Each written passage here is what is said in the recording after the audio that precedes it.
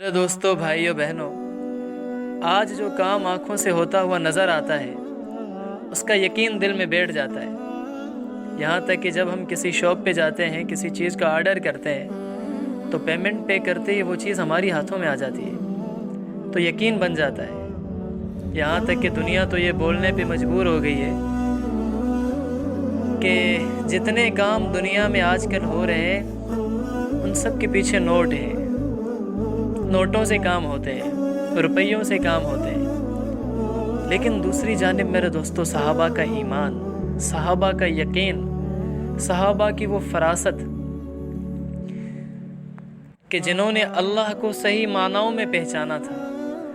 وہ تو ایمانی جذبے کے اندر آ کر یہ کہا کرتے تھے، اجلس بنا ساعتن، کہ تھوڑی دیر ہمارے ساتھ بیٹھو تاکہ تمہیں بتائیں کہ اللہ کی ذات ہے کیا، وہ کسی ناممکن کو ممکن بنا کر دکھاتی ہے۔ تو ان صحابہ میں سے ایک صحابی ہیں حضرت عبداللہ بن مسعود رضی اللہ تعالیٰ،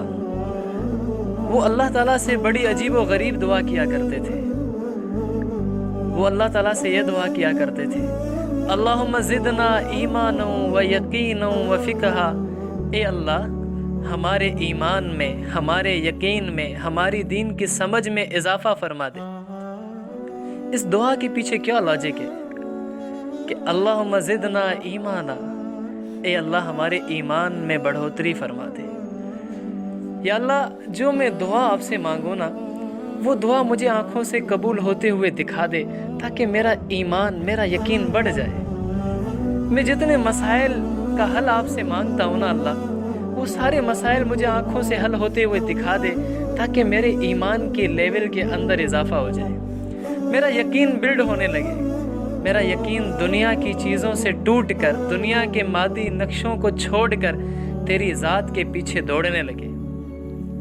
تو میرے دوستو، یہ دعا ہے کہ آج کل جتنے لوگ شکوے شکایتیں کیا کرتے ہیں نا کہ یا اللہ، بلکہ دوستوں سے بھی کرتے ہیں، اے اللہ جتنی دعائیں کرتے ہیں وہ قبول نہیں ہوتی، میرے دوستو بس اس صحابی کے نقش قدم پہ چل کے نا یہ دعا کیا کرو، اللہم زدنا ایمانا و یقینا و فقہا، کہ اے اللہ ہم نے جو دعائیں کیا نا وہ ہمیں آنکھوں سے قبول ہوتے ہوئے دکھا دے تاکہ ہمارا تیری ذات کے اوپر یقین میں اور اضافہ آ جائے۔ تو اس دعا کو اپنی دعا کے اندر شامل فرما لیں، اللہم زدنا ایمانا و یقینا و فقہا۔